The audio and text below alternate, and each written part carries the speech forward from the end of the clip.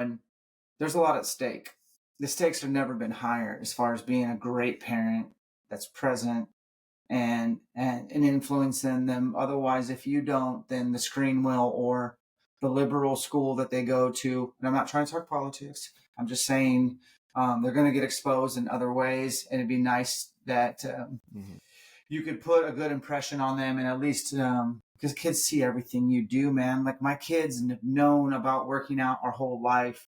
They're starting to figure out like not everybody's got a badass gym in their backyard like we do. We're weird. We think we put a lot of value there. And there's not a lot of mommies that have veins running down their biceps like their mommies, and that we eat wild game every night. Like they're starting to like see what we do and how we live. But they've always been paying attention. What's going on, guys? Hope you're having a fantastic day. This is a special episode that I wanted to drop today, February 1st, because my buddy Dan over at Elkshape is opening up his camp that he's doing up in Washington. So he's going to have Joel Turner, he's going to have MFJJ, he's going to have a bunch of shooting and workouts and everything else that they do at Elkshape camps. This time it's an elk immersion camp. So I'm going to refer you over to that as soon as you get done listening to this episode, or even while you're listening to the episode, head over there, get in on this camp. It's going to be I can't even put words to describe how much I've learned over the years going to Elkshape camp.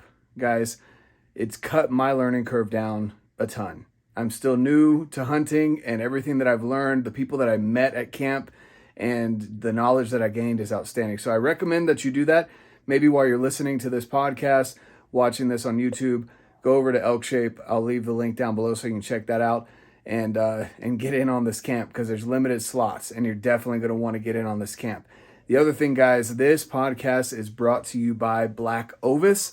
Check out the link down below, guys. There's some amazing sales going on right now. If you use that link and code RedBeard10, you're going to save some money. You're going to support us here at the channel, which I really appreciate. My family definitely appreciates. And we will keep growing and providing good content for you, making those partnerships happen so that I can give back to you as well. Just like right now with the partnership with Black Ovis, getting you that 10% off code and free shipping. So go check it out, guys. And go check out the Elk Immersion Camp with Dan Staton, Joel Turner, MFJJ. Let me know what you guys think of this episode. Hope you enjoy it. And of course, get out, live your life, and love it. Welcome back, everyone, to the RedBeard Outdoors podcast. I've got my buddy Dan Staton. You guys know him as Elkshape. He's just an individual that is super driven, genuine, loves his faith, loves his family, loves fitness, loves getting outdoors, and, of course, loves hunting elk, even though right now you're chasing down some whitetails up there in Washington. But, guys, I wanted to bring Dan on. He's been on before. I wanted to bring him back on now that I've kind of refined my processes a little bit and gotten better at podcasting, and just highlight some things that I just absolutely appreciate about Dan. We have so many things going on right now in the outdoors world, whether you're a hunter, hiker, camper, whatever it may be, that we need to really get ahead of what we're doing to make sure that we take care of and have good conversations with people in the outdoor space. I feel like Dan has a great pull on with people with his Elkshape training, everything he's doing to make sure that people are living a longer life, a happier, healthier, and more successful life. And that's why I brought him on. But Dan, for people that don't know who you are, which I don't know who that would be listening to my podcast, but who are you? Oh, who am I? Oh, that's a new one. Who are you? I'm just a dude who probably has been given more things and blessings than I deserve, quite honestly. And pretty lucky guy to have an amazing wife, beautiful children that are healthy, live in a pretty cool country. Been able to discover hunting at an early age, discovered fitness at an early age. But I'm pretty simple. I'm a simple guy. Doesn't take a lot to make me get out of bed. And speaking of which, I jump out of bed every day. I'm excited, so stoked to take on the day. And yeah, that's who I am. I'm just a guy who pretty passionate dude, pretty intense when it comes to elk hunting, training, nutrition, discipline, family time, that kind of stuff. But all in all, I think I'm just a pretty average guy with a above average passion. So, yeah. That is a great way to describe it. And honestly, so I came across your stuff a couple years ago. It was just before COVID, I think, because it was the first December Chub Challenge. It was just before that I had started shooting a bow, and I found your stuff. And the reason why I really, I guess, appreciated your content that you were putting out there on YouTube, on social media, was because as I was getting into archery, I'm one of those people that once I'm in, I'm all in. And I wanted to find people that weren't trying to sell me stuff, because there's plenty of that. And so I found you, and there's a handful of people, but I found you as someone who incorporated all of those values. You actually seemed to live those values and didn't seem like you were a personality on social media. And you weren't, even though obviously you shoot Matthews, you always say, go shoot all the bows, and whatever works for you and is going to get you out there shooting, that's what you want. And that stuck with me. And so, through some of the stuff, the always be tinkering, that got latched onto me. I'm just a gear nerd as well. Absolutely love that. And and so with that, I just want to highlight that for people that maybe are new to your brand and your content is, yes, you have sponsors, but you encourage people to go out and try things on their own and find what works best for them. And you just want that. You want people to be happy. You want them to enjoy the outdoors, to love their families, and be, you say intense, but I guess driven towards your goals, whatever they are. And I will say, right now, December Chub Challenge is going on. Absolutely love this time of year, because I won the first time I went to your camp was I won a scholarship from the December Chub Challenge. And that's all I wanted throughout that month, was to be able to get the knowledge of going to your camp and meet you and the people that were teaching at the camp. So I guess even though it's over by the time this podcast comes out, let's talk a little bit about December Chub Challenge and kind of the reason behind that, so people have something to look forward to, wrapping up this year, I guess 2024, when this comes out. Oh yeah, well, it'll probably be a distant memory when this drops, but we did the December Chub Challenge on a whim. It was like a November 30th. It was dark. I had a weight vest on. I just finished a workout, and I just hit record on my phone. I just said, I hate December. Tomorrow's December 1st. And I don't like December because I'm not a huge fan of all the stress and obligatory holiday parties and drinking or justifying drinking or eating terribly during the month of December. And really fitness, I have been in the fitness space for so long. I have trained thousands of people as a personal trainer, as a strength coach, as a CrossFit gym owner, as an online trainer, thousands. And I was just like, something happened that night where it's like, I'm tired of people waiting for the new year. Tomorrow is not promised. And I know that December where I live, it's dark when I get up, and it's dark right after the kids get home from school. And it's really difficult if you have a normal 9 to 5 to shoot your bow because it's dark. It's difficult to break a sweat. It's difficult to be motivated, to be fit, and just push it off. So I just on a whim was like, tomorrow I'm starting the December Chub Challenge. I don't even know what this is going to look like, but week 1, here's your assignment. If you want to do it, I'm going to give away a bow. Tag me and prove to me that you did it. And it blew up. I'll be honest, it blew up. And this was year 3 of doing it. And you can ask my wife every year. I'm like, should I do it again? And she's like, I don't know. You're on your phone a lot during December, like checking all the messages that people send in to prove their work. But here's why I decided to keep doing it is I got a couple emails a year since I started, and they've been way past the December Chub Challenge. And it'd be like a guy saying, hey, I have lost 100 pounds. I've lost 120 pounds. I've lost 70 pounds. And it all started with your December Chub Challenge. That was the seed. That was the start of the snowball.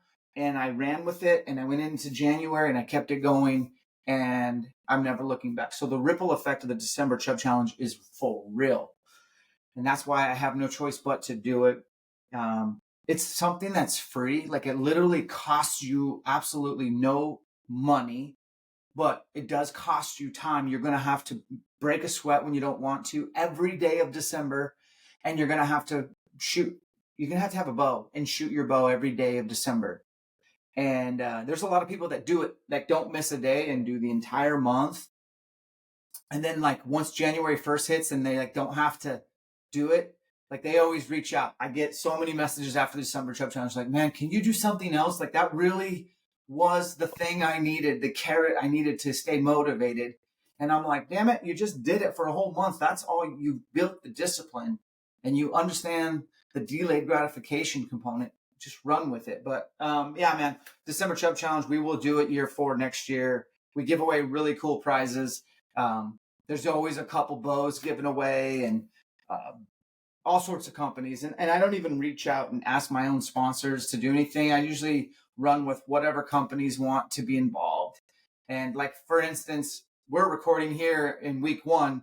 I'm here to tell you, next week is Killcliff, who I don't even work with, but they are hooking it up. They saw the challenge.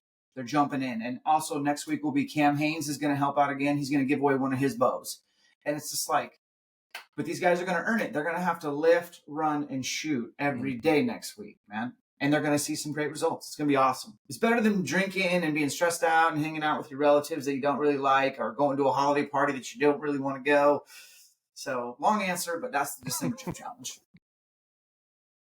Yeah, no, 100%. And that's something that, some people, the prizes are good for people that need a little bit extra motivation, a little bit extra carrot. But yeah, just the idea of, just thinking outside the box, not putting the bow away, not letting it sit on the wall, in the case, whatever, and not letting December kind of ride you by, as so many people are thinking, well, it's okay if I take December off because January 1, I'm going to get after it again, right? And I'm not going to lie to you. On January 1, I despise going to the gym on January 1. I despise it. But another part of me is like, that's cool because it's an opportunity to see so many people that have the aspiration to go and get better, to better their lives physically. And it kind of that dichotomy. Right around March, I start seeing the parking lot empty out, and I'm like, yes, and then at the same time, I'm like, man, that really sucks, because that dude that was on the treadmill struggling for these 2 months, I don't see him anymore, and I should have spoken to him. And so, like, for me, that's something that this year I'm going to make different anyways. I'm going to make sure I have a conversation every day with someone I don't recognize in the gym, because there's a lot of people that need that motivation, and they need someone that they don't have. Everyone thinks that we're so interconnected because social media. I can reach out and touch you in Washington. I can reach out and touch someone in Canada, on the East Coast, so easily. Yet we're not interconnected here, And so I love what you do. And then I just encourage people to see other people in their community, or whenever you post it on social media, like on the stories, to reach out to those people if you recognize them in your local area, and maybe create some little group, accountability group, because that's something that community that's true. That's something that's huge with Elkshape as well, is that community is huge. People may not even hunt elk every single year. They may be whitetail hunters, but you're encouraging people to get out, shoot their bow, and break a sweat, whatever that is for you. It's scalable. You don't recommend that people go do overhead squats with 200 pounds every single day. Like, there's no set thing. It's just, there's no set thing there. It's just, it's just breaking a sweat. And that's awesome. So I just want to highlight that, because that's really what got me going with your brand as well. And something that I really enjoyed. I love those challenges and things that you set out there. So, with that being said, you're obviously big into elk hunting, but let's talk more into the faith and family aspect of it, because you mention it, you talk about it, and I love when you're like, I love Jesus, but I curse, right? Kind of deal whenever you introduce people to yourself. And What is your role of faith in your life? How does that play a role in your day to day? I know some of those answers, but I think some people should hear this. What's something that you do daily for your faith to increase? I sin every day. I fall on my face. I don't rely on my own strength every day. I'm a human. I fall short of God's glory every day. I recognize that. I believe that I don't have a religion. I have a relationship. I believe that, quite honestly, I believe that Jesus is put on this earth to show us how to live and to bridge the gap from maybe how we were originally designed to the fall of humans as, separation from God and sin and that redemption through his blood. Um, I don't need to get into the particulars, I don't think, as far as the, you know, real deep theological type stuff, but I think I can keep it simple and just like, here's what I do know. There's a lot of evil brokenness in this world that we live in. And I understand that I contribute to that with my own personal crap that I have to deal with. I think about myself more than I think about you.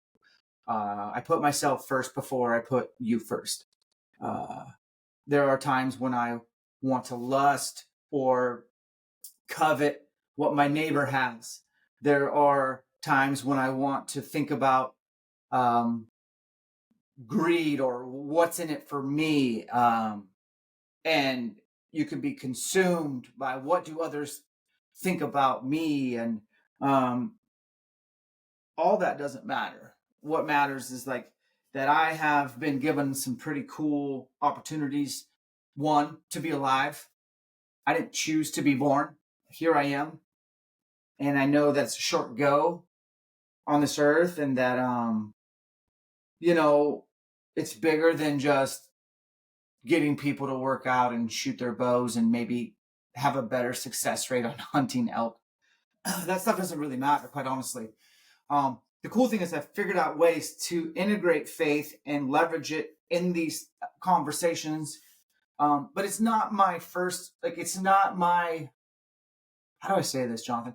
It does not come easy for me to talk about or get preachy because I don't want a spotlight on me because I am not the greatest example of what somebody who follows Jesus. But maybe I am the greatest example of somebody who needs Jesus.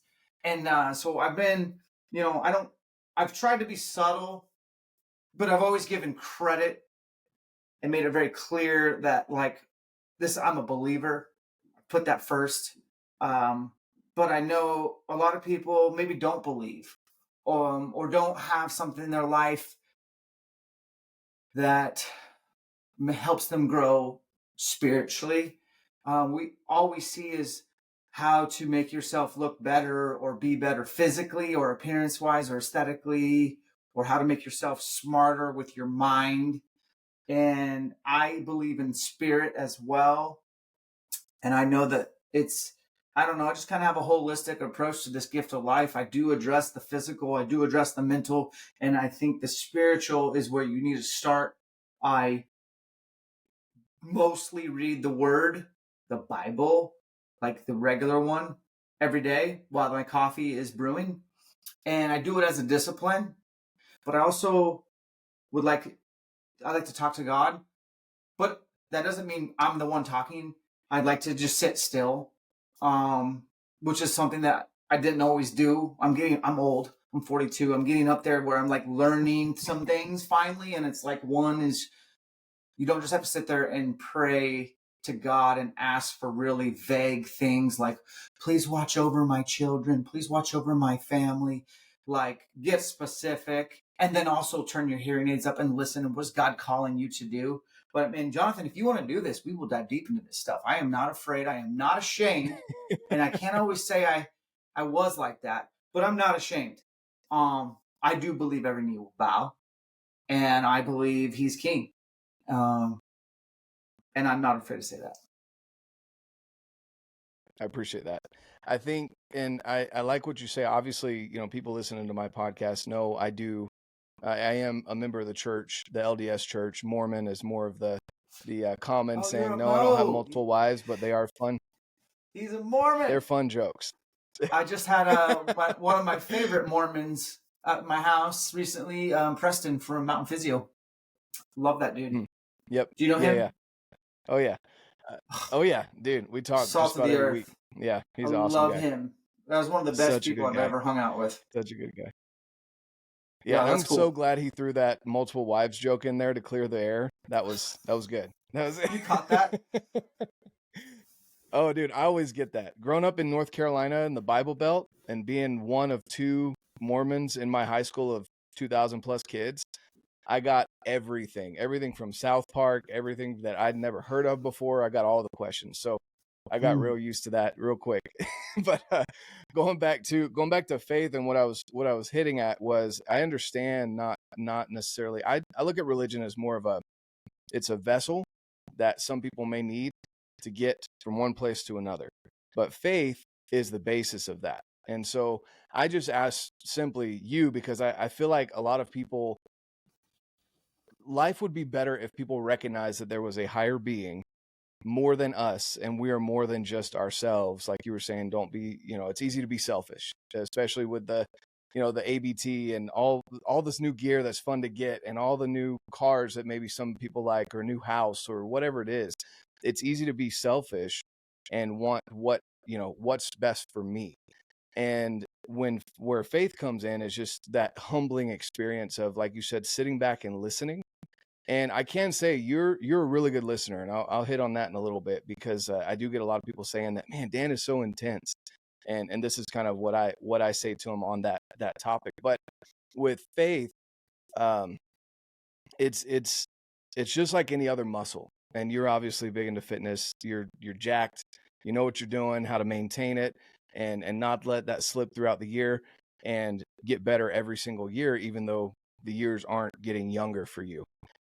You put faith first. And so I love what you were saying of studying the Bible every single morning while you're waiting for your coffee to brew. That's just like lifting weights for your body. Those little small investments every single day. It's just like with finances. The sooner you start putting money into that retirement account or whatever you're doing, the less you have to put in daily to get more on the back end. And so it's the same with your physical fitness and your spiritual fitness.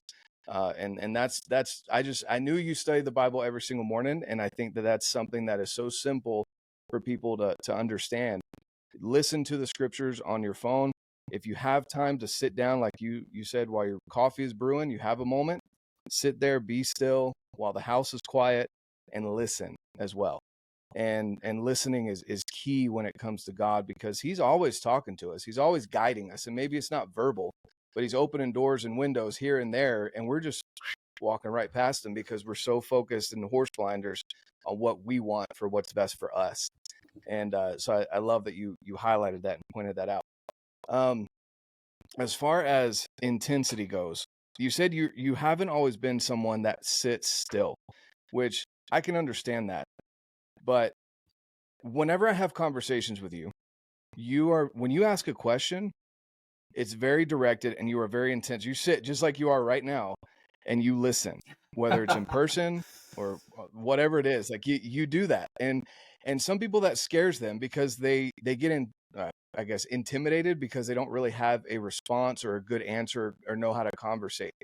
How did you learn to channel all that movement and motion into being such a good listener and intense with conversation with people?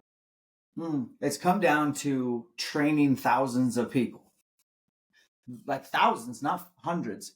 And being like, I literally got hired as a personal trainer at age 18, and I put myself through college. And that was not like a business where they're like, here's your clients. I had to go get them, man. I had to go prospect and get those clients. And so at early age, I had to learn how to listen, which I also had to, it took me a while to learn this, but people don't care how much you know. They just want to know that you care. So basic stuff. And so as I had more and more clients and then trained teams, athletes, individual athletes, group classes, one-on-ones, I became callous a little bit. Here's what I'm callous to. I'm callous to the bullshit. So when I say, Jonathan, what is your goal? And you're like, well, I want to get in shape, Dan. I don't have much time on this earth for your bullshit. Put that aside. What do you really want to accomplish? Well, dude, honestly, I'd like to look down and see it. I haven't seen it in, 6 years. Okay. That's a pretty specific goal. All right. I want my wife to notice me. I want my husband to notice me. I want to bolster my self-esteem. I don't have any right now. I don't feel self-assured, and it's affecting my whole life. I need to lose 20 pounds of fat, but I also want to simultaneously put on about 5 to 6 pounds of lean body mass. I'd like my body fat percent to sit at around 10 to 12%, where I can eat clean 80% of the time, but 20% of the time I might have like a little cheat meal and live a little. I want to drink more water. I want to like 120 ounces a day. I want to drink less coffee, like 1 cup a day. I want to take multivitamins like every day. Like, you see how no one ever gives me these really good answers. And so I became more and more intense because all of you are giving me the shittiest answers. If you guys would take your mask off and just tell me what it is you want to accomplish, and I'm going to write a plan for you and we're going to go execute. So I'm 42. So from 18 to 42, I've worked with people at some capacity on their fitness goals. And so I've just gotten more intense because I just don't have time for your BS. I want you to just, like, we don't have time. We need to get going. We need to know what it is you really want. And so that's how I became better at listening. And that's why I became so intense. I'm just direct because I feel like I don't want to waste your time. Does it make sense? Right. Yeah. Well, yes, but I also think that people they're so used to people talking at them that they're not used to people listening and being intense, as in, like, you actually pay attention to what people are saying. You're listening, and it's something that it's just like when people get frustrated with their kids asking the question why. And I've done it. I'm sure you have. I don't want to speak for you, but I'm sure every parent out there gets upset at one point with their so many whys that come out of the kids' mouths. Yeah. But I boiled it down to, at least for me, and it seems like it's a pretty common theme, that people get upset with their kids or people asking why because they don't really have an answer. They just know that's just it. And you don't always have it's just it, right? And so I've taken it almost as a challenge with my kids to, when my son asks me, I'm like, look, I don't have that answer right now. And I'm okay. It's an ego hit because I'm like, I don't know everything. But being willing to accept that and say, but I'll come back to you with the answer, or let's research the answer together. Or, hey, right now I don't have time to look that up. We need to get in the car and we need to go somewhere, but I'll tell you why you need to wear a seatbelt, or whatever it is later, And so with your, moving over more towards the family aspect of things, how do you incorporate your drivenness, your intensity, and your passion for life with your children? Because I see what you do, at least what you put on social. So I only imagine that's the tip of the iceberg with everything that you do with your family, getting them outdoors. They're into fitness at a young age because they see their parents doing it. How do you feel? I guess, what are the top 2 or 3 things that you would say for parents out there that realize that their kids are heading down a path that they're not happy about? What would you recommend to those parents? I know you don't want to say that you're the parent expert, parent whisperer, but you're doing things right. So what's some things that you would point out to parents out there that maybe need some help or want some help? Wow. Okay. So I have context to give. I guess I have a daughter that's 9. My son's at 7. Once we had 2 kids, we were like, we don't really think we want to have any more than that. Which, it's been good, honestly, but as the kids get older and faster, it's like, gosh, should we have had a 3rd and a 4th and 5th? I love children. I love raising kids. It's the most challenging, rewarding thing ever. And speaking of listening, I am terrible at listening to my wife tell me what we're doing for the upcoming weekend. Like, I never I know she's talking, but I can block that out so fast. And then she gets so mad when I don't remember what our plans were for this, that, the other. But anyways, I know there's a lot of dudes out there like me. One or two tips. I'll tell you, yeah, maybe I can tell you what not to do. Like, I flew off the handle the other night at my kids at dinner. And my kids have been saying things like, well, I'm bored. And it had just, like, I'm like a pressure cooker. And I just finally lost it, blew my lid. And I'm not proud of this. I wish I had more cool. But I was just went off on them like, you got a TV in your room. You got a TV in your room. If you walk out of that room, you got a TV in the basement. You walk upstairs, there's a TV here. You have an iPad. You have an iPad. You have an old iPhone. You have an old iPhone. And all you do is technology. And I'm like, I'm taking all of it. You don't deserve to have any screen time. You're not bored.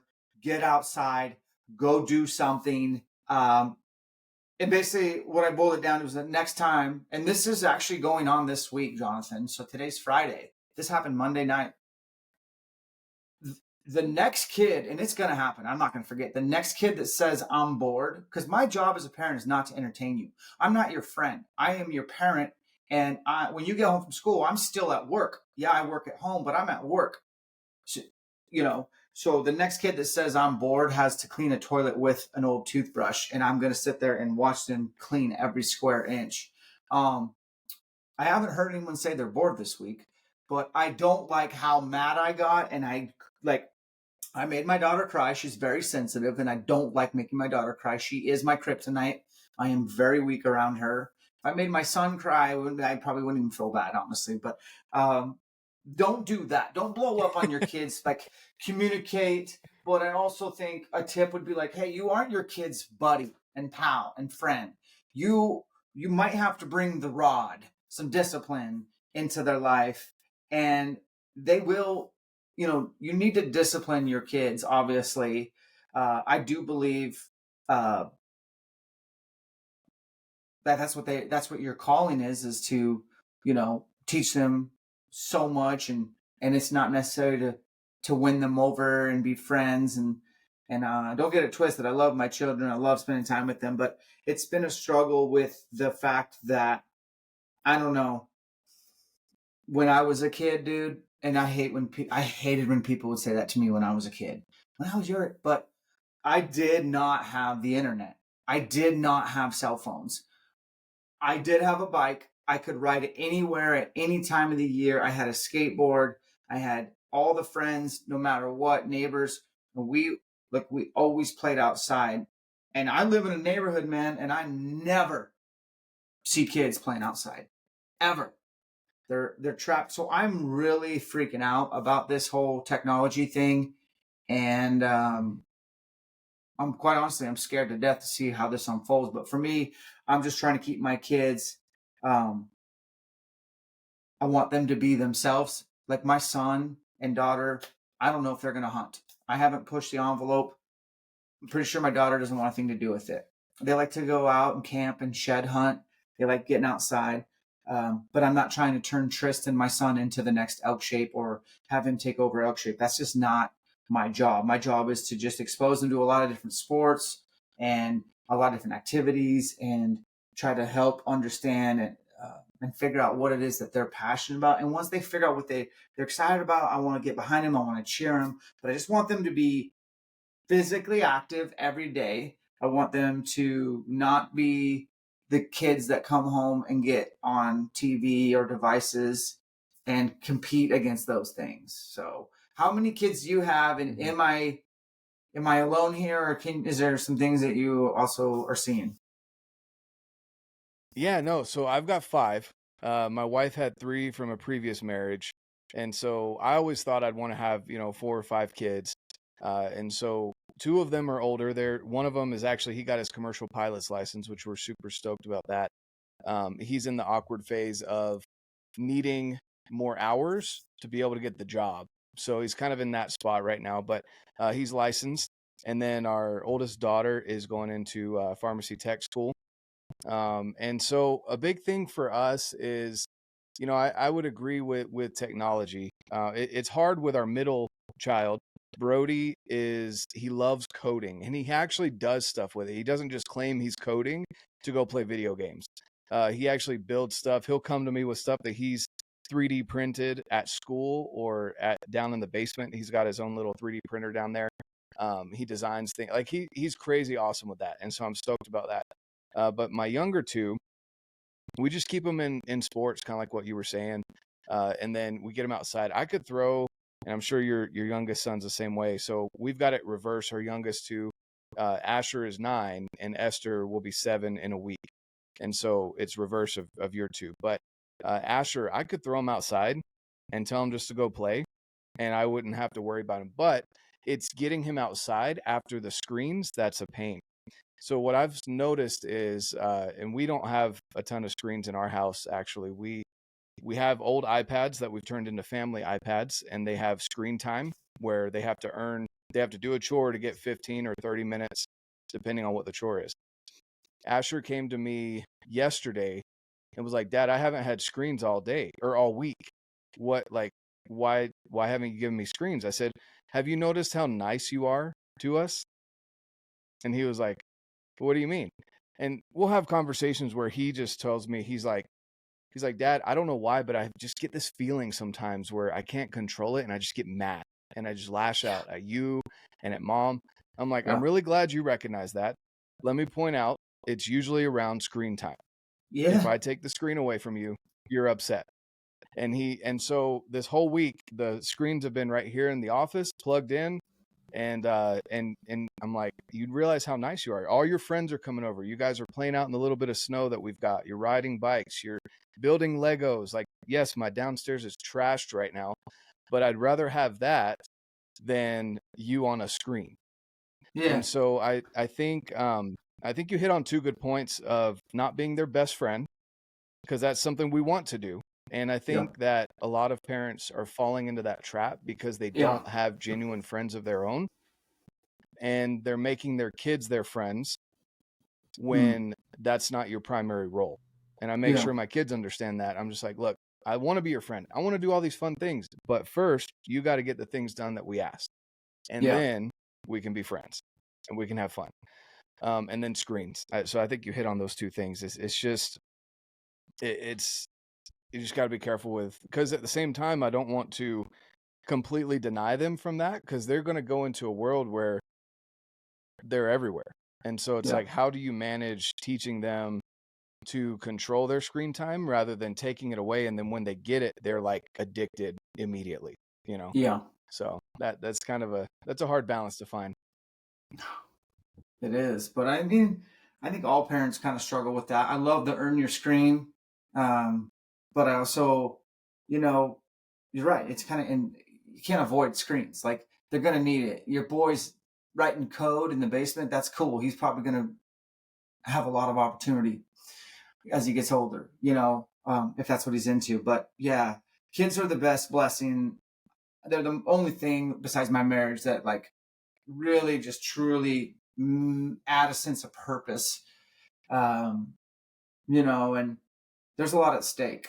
The stakes have never been higher as far as being a great parent that's present and influencing them. Otherwise, if you don't, then the screen will, or the liberal school that they go to. And I'm not trying to talk politics. I'm just saying they're going to get exposed in other ways, and it'd be nice that you could put a good impression on them, and at least because kids see everything you do, man. Like, my kids have known about working out our whole life. They're starting to figure out, like, not everybody's got a badass gym in their backyard like we do. We're weird. We think we put a lot of value there. And there's not a lot of mommies that have veins running down their biceps like their mommies, and that we eat wild game every night of the week for dinner. Like, they're starting to like see what we do and how we live. But they've always been paying attention. Yeah, exactly. And I would agree with you on that too. It's it's a constant conversation you have to have with your kids as well, especially if you send them off to a public school. Luckily, here in Utah, they still say the Pledge of Allegiance in school every single morning. Nice. And there's certain things like I go in every once in a while and check out the school just to make sure, like, hey, how are things going? And the Yeah. teachers are great at communicating. They don't discourage outside time. They actually get multiple recesses in a day. Oh, So good. all of those things are check marks for me that I'm okay. Otherwise, I would have pulled them out and asked my wife to quit, or I would have quit my job to homeschool them. Yeah. Because it does get a little scary. But what I do see that as my kids get older and they have a little bit more freedom, beware of victimhood mentality. And I don't remember this being a thing when I was growing up, which, I mean, I graduated in 2010. I'm 31 years old, but so I'm not too old, but I don't remember the victimhood mentality like it's so prevalent now. Like, oh, well, it's my teacher's fault that the grade is bad, or oh, it's, my so-and-so's fault, or I can't believe they said this around me and it offended me. Things like that. Like, I listen to my kids talk and I'll just sit there and then I'll say, well, did you say anything to them about how you didn't like them saying this or that? No. Yeah. Well, why are you upset then? You didn't defend yourself. So why are you getting upset? And teaching them how to have those conversations and not feel a victim while their friends might be. And I don't know if that's coming from social media, the news, those kids' parents. I don't know. But making sure to bring the kids back to reality as they get older, and they're exposed to those things more and more.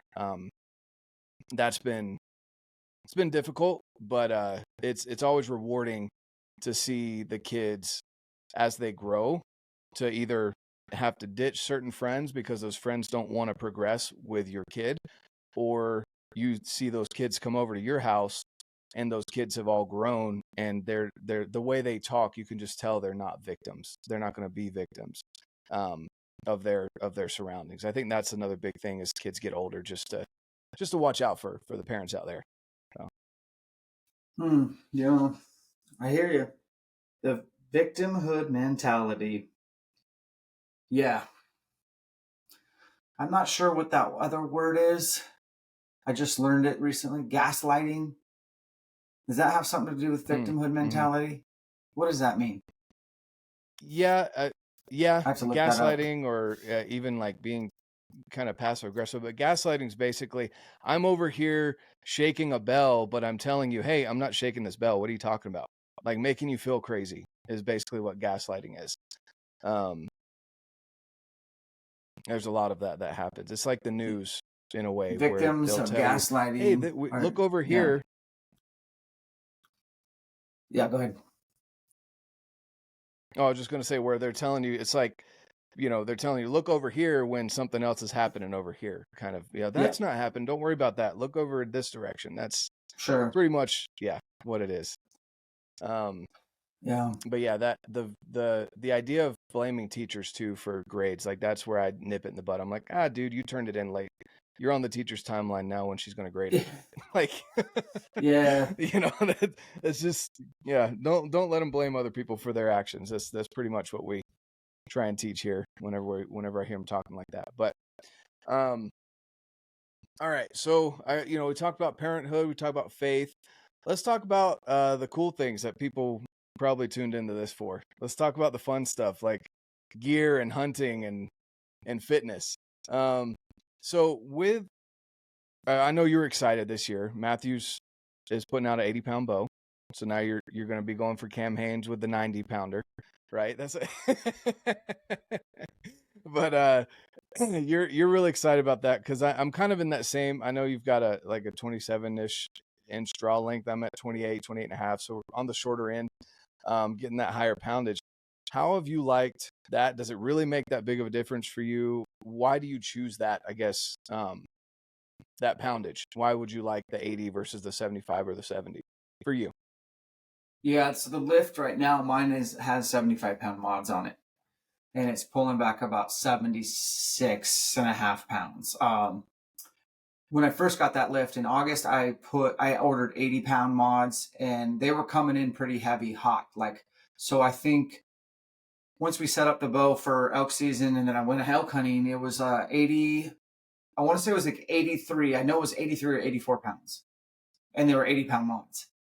We didn't twist strings up or nothing. And the holding weight was like 19 pounds. So it was like, wow. And then my hunting arrow, I was hunting with an, can't remember. Anyways, my hunting arrow was traveling 300 feet a second, which is speeds that I'm not used to with my short draw length. And I was like, this bow's lighter, faster, it's quiet. This is awesome.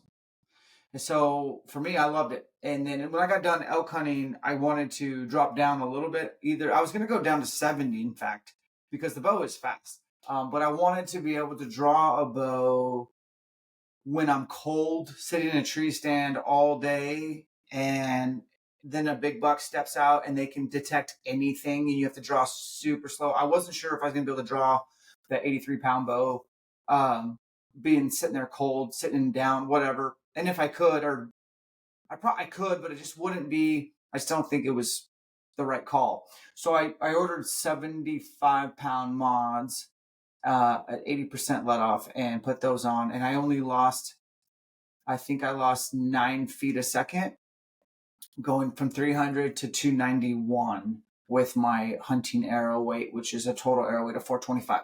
So that's what I'm hunting with right now. And I'm going down to Texas here shortly to use that same setup, 75 pounds. Now, and then hunting whitetail here in the States, or in my own home state, I have an arrow that weighs 474. It's an Eastern Axis long range, and it is going about 280, somewhere around 280, which is great. And that's fine. And it will go faster if I put 80. And so I will like to hunt. I like hunting with the most draw that I can pull back because of my draw length short. If I was like an average 29-inch draw person, with the new bow, I don't even know if I would get 80 pounds. I would probably go 75. And if you're somebody who's like, well, I only shoot 60 pounds, should I go heavier? I don't know. Is your draw length short? How's your trajectory? How's your pin gap? Is your sight tape?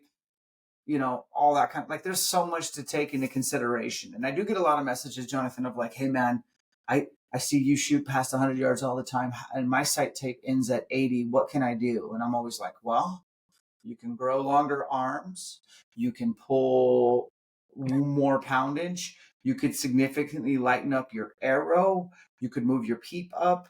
But there's,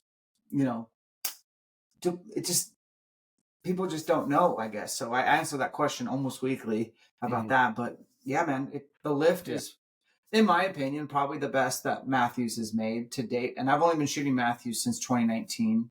So my first Matthews bow ever was the Vertex and the Traverse. And then it was the VXRs. And then it was the V3, the V3X, the Phase 4s, and now the lifts. And I just feel like they finally got me what I wanted, which was 80 pounds. And, not everyone loves Matthews. And like you told your audience, I don't care what you shoot. I just want you to put the work in. That's really all I care about. But for me, I love Matthews. I love the brand. I love what they stand for. And I love this bow. I think it's their best one yet. Yeah. So a couple of things I want to highlight there is that, one, you change the poundage not for ego purposes, right? And that's what I hear a lot of. People are like, oh, I need to hit 80 pounds because Cam Haynes or whoever, I'm the strongest dude in the room.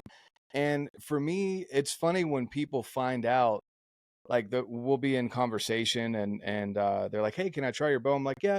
Like, well, what poundage do you pull? Just, I don't want you to get hurt. And they'll tell me, I'm like, okay, well, this is what it's pulling at. And they're like, wait, you shoot that? And I'm like, well, it's not, I don't go around touting the poundage because it doesn't matter. It's what I feel like I can pull. Just like you were saying, you feel like you can control the 70 or 75 pounds better in a tree stand sitting cold than you would the 80. Because tactically, that makes more sense, being able to slow draw it back, where in the elk woods, you're out running around, hiking, your blood's pumping, you're warm, your muscles are good to go, and you're able to pull back. You've got a little bit more movement, a little bit more area that you can pull the bow back. Right. That's something that I think a lot of people need to understand. Like, don't go into the bow shop thinking you need to shoot 70, 80 pounds. plenty of people have killed stuff with a 60-pound bow or a 50-pound bow. But like you were saying, if you want to increase your yardage, if you want to go have more fun at tack by shooting the longer distances, if you want to practice out at distance so you get better at the shorter shots, like you said, either take your vitamins and grow longer arms or shoot a higher poundage bow.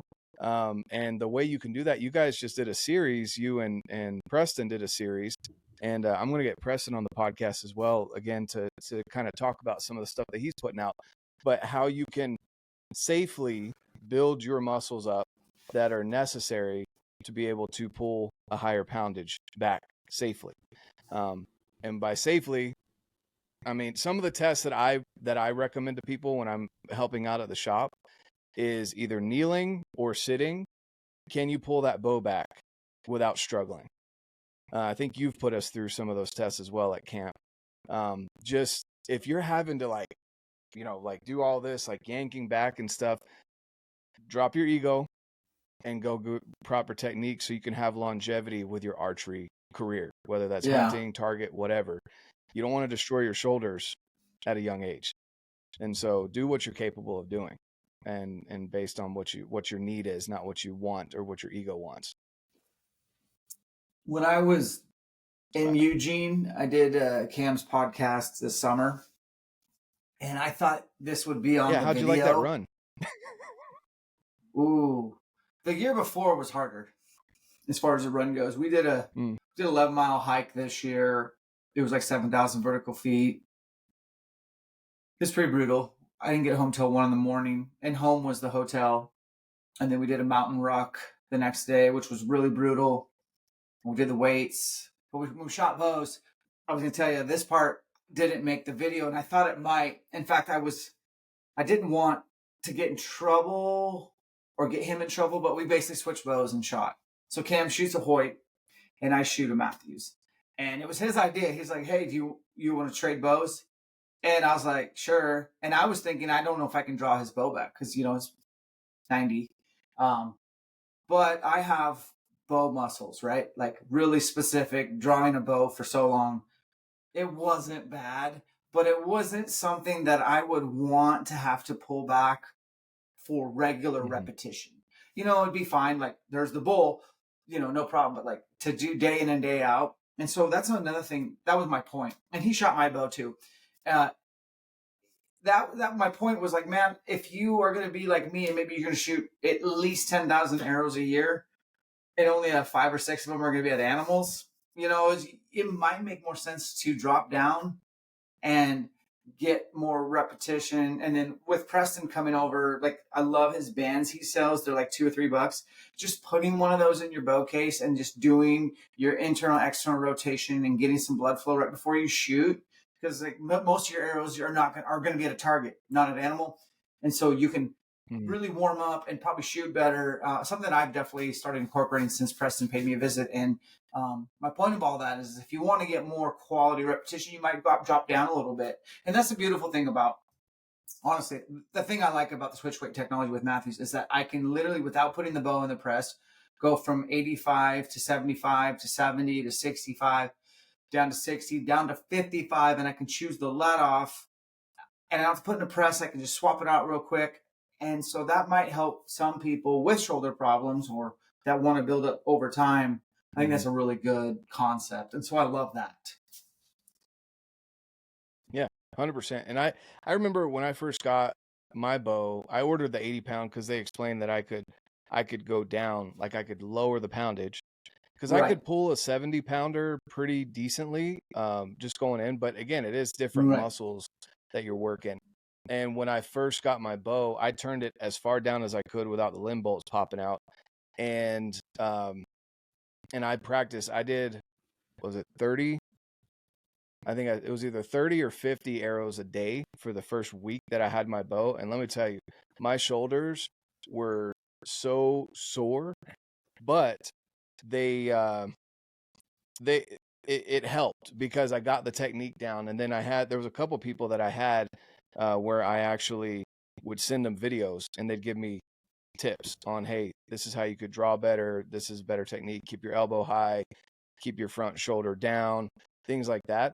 And then after that first week, I turned it up 5 pounds, did the same thing for another week. And this is like a crash course. I mean, you don't have to do it in 2 weeks, but like it helped me build those muscles up. And I reckon I know my body well enough to know the difference between pain and sore. And I was just really wrecked as far as sore.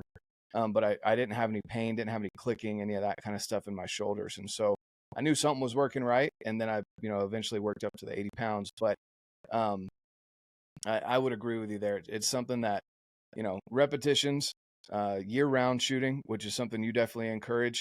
And this year I've got a target bow that I'm getting set up to do some indoor stuff. And I think I went with the 60 pound, and it's like butter. Like when you pull it back, it's like, am I even pulling anything? After shooting 80 pounds for almost 3 years, it's like, this is nothing. So it's just repetitions and safe repetitions, just like anything else, like with CrossFit or any other weightlifting. If you're doing it right, you start small, you build yourself up, use the right muscles, get some feedback from people that are knowledgeable, that aren't ego driven, and they want you to get better. And then I'd say check out the series that you guys did for shoulders, because Preston knows his stuff. He definitely knows what he's doing as far as keeping people on the field with U.S. archery and out in the mountains shooting their bows healthily. He definitely knows his stuff. So yeah, for you guys out there listening, definitely go check out their series that they just did. Well, I guess you did it about a month ago at this point, but yeah, definitely go check that out. We got good information. At the time right now, we have one more to release, and I can't remember. It's coming up, I think maybe next week. It's more of like how to evaluate the strength of your rotator cuff. It's a 4-part series. So if you guys haven't checked out, I will plug my YouTube channel. I put so much energy into that. We're almost to 100K, which is great for us. We want to celebrate that. So when I hit 100K subs, I'm going to figure out how to pick the winner, but I'm picking a subscriber, and I'm going to buy him an airplane ticket, and then I'm going to pick him up. We're going to work out at my house, and then I'm going to drive him over to Spokane Valley Archery. I'm going to let him pick out a bow, pick out all the accessories. We're going to set it up right then and there, and then we're going to shoot the course. I wish I could do 10 people like that, but that's what I can do. So I think it'll be cool. So I'm excited for that. We're coming up on that. So it's my way of giving back, and also just, you got to stop and smell the roses every once in a while, so. Oh yeah, definitely. Even play is work sometimes. Always, actually. But yeah, exactly. So I guess, is there anything that maybe you'd want to hit on as far as, you give away plenty of hunting tips, people that, haven't gone to your camp. I guess that's the other thing is, are you doing camps this year? That's a big question. Yeah, I don't know, man. Honestly, I want to. I really want to do 2, but I know we'll at least do 1. Usually we have them sold out and all planned by this time. But here's what I know I'm not doing, and just give people some background is I have done 26 camps in the last 4 years, and most of those were not in my hometown. So I racked up the airline miles and the Airbnb, and you've seen it all. And then I already hunt so much. I'm just tired of being gone. And so it would be no problem. My kids are out of the house. I'd be doing camps. I might be doing 1 camp a week because I just love what we do. What we do is so unique and so different, and it cannot be duplicated. It's just different, but it's basically a self-improvement camp disguised as how to get better at elk hunting. Now, you will get better at elk hunting. That is a guarantee, and we will definitely expose your weaknesses. That is also a guarantee. So we kind of help sniff out what you suck at. Proof right there. Yeah, we help sniff out what you suck at, and then we kind of help prioritize how to tackle your weaknesses. But anyways, to your point, we're doing Joel Turner, Josh Jones, and myself have basically powwowed, and we want to do a 3-day camp.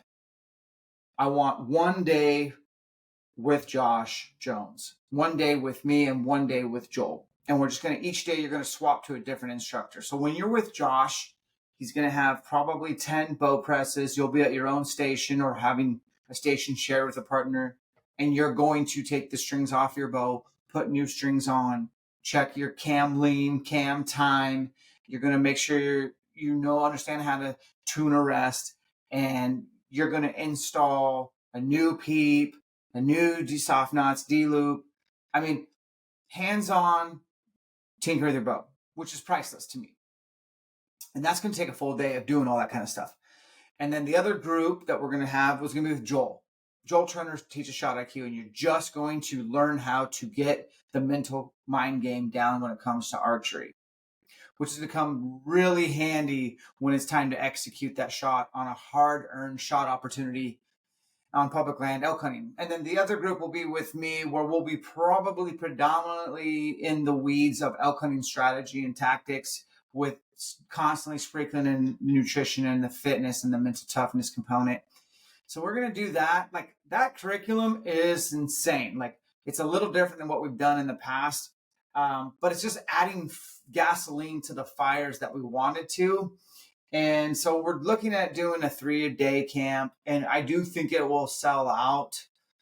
And I don't want to do more than 1 or 2 a year. I want to keep the demand high, but I also don't want to get burnt out, and I don't want to travel. So you are going to have to travel up here. But the cool thing is we'll do it at a time of year where it's absolutely beautiful. And you'll probably do, well, you already know this, Jonathan. You'll probably meet your future best friends at these camps, which is cool. Oh yeah. I mean, so from that first camp, Clint McInnes, and people out there will know him as I'm Radness. He's a tattoo artist. He's a funny guy. I still shoot with him every week. Like, that's what we're doing Winter League right now. Exactly. Yep. That's his work right there. And one of the guys was like, I can't remember what he said to him, but he looked over, he was like, oh, because we were joking about Joel Turner, hey, are you making sure you're pulling through the shot, or are you rattlesnaking it? And the guy's like, oh, you don't even know who Joel Turner is, really. And he's like, well, you know that tattoo on his forearm, right? And the guy's like, you didn't do that. And he's like, I'll call Joel right now. I sure did. That's awesome, dude. But, yeah, it's a lot of fun going out, and I recommend people doing that as well. Like, Clint will definitely he will try and distract you as much as possible while you're shooting. So I credit practicing with Clint again to being able to shoot well. I love that guy. It's a lot of fun. Find people. Oh yeah, he's such an awesome dude. But have you I had would him on your recommend, podcast yet? Whenever you're, he's been on twice. He's been on twice. Okay. Yeah. He's got to be a regular guy. I love that guy. He's just so full of fire. Oh yeah, and he's doing his Spark Adventures right now. I don't know if you've seen that, but we can talk about that a little bit after the podcast. But he's got stuff going on that he's getting people outdoors as well. He's absolutely on fire with it. And but what I want to get to with that is, guys, when Dan puts his stuff out there for whatever these camps are going to be, 1 or 2 a year, because I definitely understand the strain of traveling and all of that. Being away from family sucks, even though what those camps are is priceless. Like I said, that first year for December Chub Challenge is all I wanted to do. You were giving away some awesome stuff. I didn't want anything but the experience at the camp. And so I ended up winning that, thankfully. And ever since then, I've been to 3 camps now. And I'll tell you guys, the information you receive there is priceless. And it is disguised as, elk hunting camp, learning about elk hunting and all of that, but you get so much more out of it just from the relationships that you build there, if you want to. And I think you generally start your camps with that, is you let them know, like, hey, you're going to get out of this what you put into it. Like, Dan's not going to hand out people's phone numbers and be like, hey guys, you two look like you would work great together. You two. No, it's you go and you network. Yeah. And that's, I think, is invaluable for people out there. So when Dan puts his stuff out there, I recommend people go and check it out. It would be 100% worth your time and money to get to Dan's Elkshape camp, or whatever you're going to end up calling it this time around. I imagine it's going to be similar.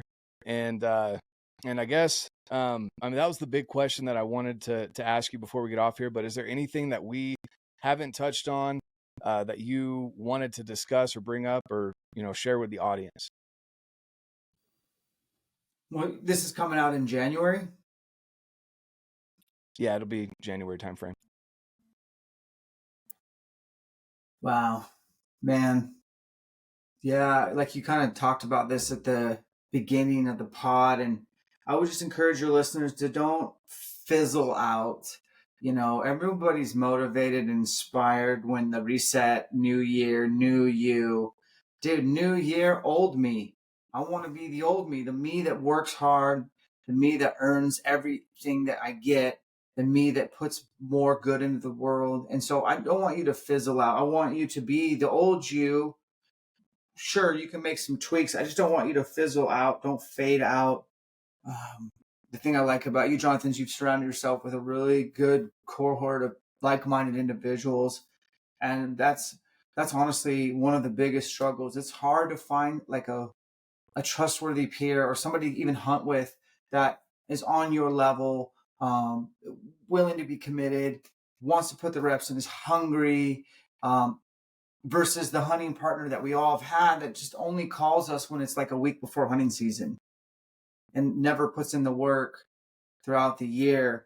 So if you need a litmus test, what I would do is suggest that you train with somebody early in the morning when it's just inconvenient. Why don't you just make an arrangement, meet at a certain location, and provide zero reminders? No text, nothing. It's just show up or don't show up. And after a couple workouts, put him through the paces. I did this with Preston, aka Mountain Physio. I put him through a hell of a workout, and I wanted him to quit, and I wanted him to give up, and he wouldn't. I'm sure he would have liked to, but he wouldn't. And I know that was. I told him afterwards, like I'd hunt with you, man. Like you don't have any quit in you, and that's all I. He's not the fittest dude I've ever met, but he's got no quit. That's all I need. So this time of year, don't fizzle out and start selectively choosing who your audience is and who shares the time with you. That's the last thing I wanted to say. Yeah, no, for sure. I definitely agree with you on that. It's community is key when it comes to anything that you want to progress in, pretty much. There are very few and far between individuals that can keep pushing themselves by themselves. Right. And even those individuals usually have someone behind the scenes that is their community, whether it's a spouse or a best friend that doesn't want to be in the spotlight, whatever. Even I've found those individuals that are solo, supposedly, have someone that is there when they're down. And so that's key. At least one individual, if not a handful, and surround yourself with them, because when you're down, they'll be there to lift you up, and vice versa. You got to be there for them as well. So I definitely agree with you on that, Dan. Guys, we've been chatting here for a little over an hour, and I don't want to take too much time of Dan's day. He's got stuff going on, and I've got to get back to work too because I have a 9 to 5, unfortunately. So, but with that being said, guys, go check out Dan's podcast. I love listening to the podcast. I think you're on my top 5 again this year. You just put out good information, and it really is. You have great guests on. Go check out the podcast. If you prefer YouTube stuff, definitely go check out Dan's YouTube channel. I'm going to leave it linked down below. Let's get him to that 100,000. And anything else? Where else can they find you at, Dan? I guess Instagram, but where else can they find you? I think they can find me wherever they want, honestly. But I'm on YouTube and Instagram and website. I'm not much of a Facebook guy or Twitter guy, but yeah, wherever you get your stuff. And same with the podcast. It's on all those places wherever you get it. But I appreciate the support, man. I appreciate you as a friend, and I am always cheering and rooting for you, bro. I appreciate that. All right, guys. Well, I appreciate you guys tuning in. Again, I'm going to leave the links down below where you can find Dan and all of his channels. I definitely recommend going and checking it out. Let's go support and raise awareness to good people in the hunting industry, in the outdoors world in general. Let's be a good community, good to each other. And like I always say, guys, get out, live your life, and love it. Love it.